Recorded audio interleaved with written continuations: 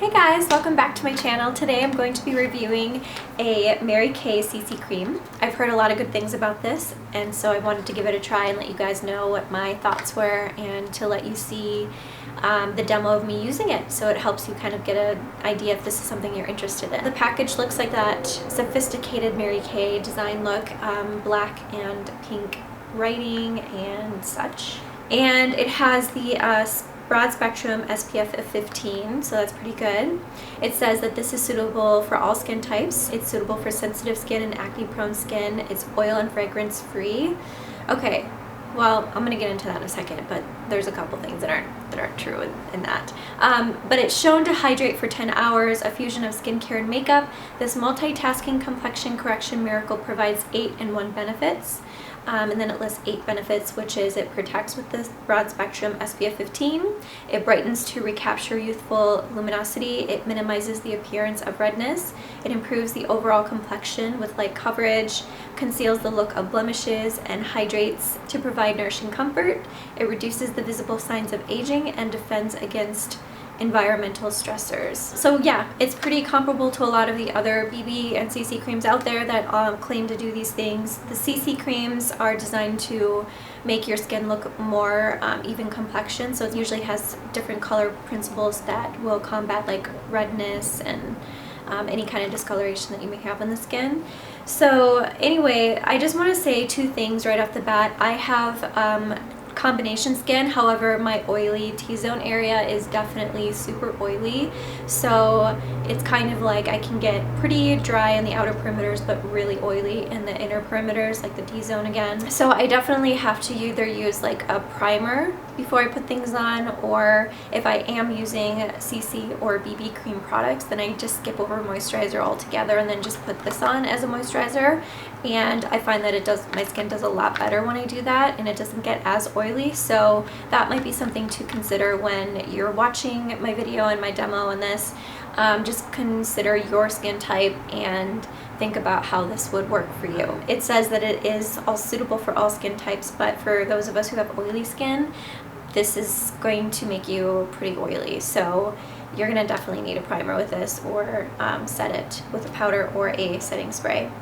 And it does have a fragrance. It smells like coconut sunscreen. So I just wanted right off the bat to let you know that in their beginning statement, there's a couple discrepancies in there that I've noticed. I typically do like this. There are a few different factors that I don't like, but I'll get into that in the demo and in the wrap up. So anyway, here we go. Let's get started. Okay, so I am going to be applying the Mary Kay CC cream today using my Sigma Flat Kabuki F80 brush. This is what it looks like. 1 fluid ounce in this container. It's nice, it has a pump, so you don't have to worry about germs, bacteria getting in there. Okay, so I just put a pump and a half, and that's what came out. It's like a little thicker, actually. It's pretty thick consistency. Let's see how this works. So I'm going to just apply it on little areas of my face, and so I'm just going to start blending this in. So far so good. It seems to be blending in very, very nicely. The smell, you can smell sunscreen. It smells exactly like that, kind of like coconut, I don't know, like a coconut scent. It doesn't take that long to blend in. Coverage wise, it's definitely very typical amongst like CC creams and BB creams where it's like a light coverage. Okay, so I don't know, it evened it out a little bit, but it's not giving me the coverage as some of the other BB and CC creams do. I'm gonna do another layer and see what it looks like. Oh, I'm noticing that it's oxidizing and it's turning more orange, and that's not good because this actually does not really match my skin anymore. Just looking at you know, what it looked like on my hand versus earlier. I don't know if you can see that, but it's turning darker, definitely more orange, and that's not a good sign.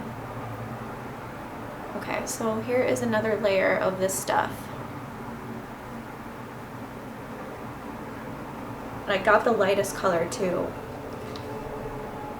Very light. It's called very light. So it's not good if it's going to start turning colors on you. If you are very light-skinned and pale like myself, the last thing you want is your foundation to look orange and darker. Okay. So this is layer number 2. Okay, I'm going to go ahead and zoom in so that we can really analyze this skin together and see what it looks like. Okay, so here I am close up so you can see. As you can tell, it's definitely turning more orange than my natural skin tone, so that is definitely a major bummer to me. The coverage is actually not bad. It's not really too dewy looking, which is a concern if you have oily skin like I do.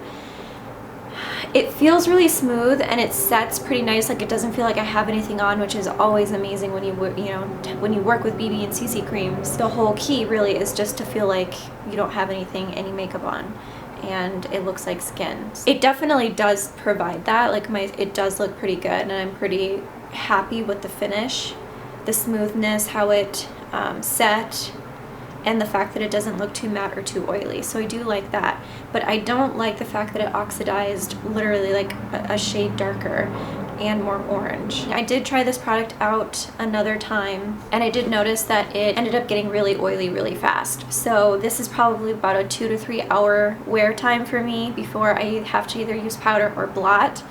Otherwise, I look extremely oily, and that's also a negative for me. If you have really dry skin and the color will oxidize nicely on you, you probably will like this product.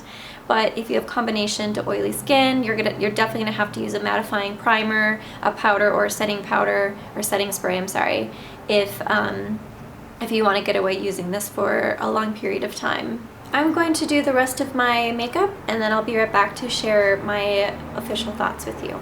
Okay, so my final conclusion, after giving it some more time, thinking about it, I really do think that it's a good product, especially for drier skin types. You will probably enjoy this product, and especially since we're moving into more of the colder season, this will be handy. It will be very handy for that. So anyway, thank you so much for watching. I hope this was helpful for you.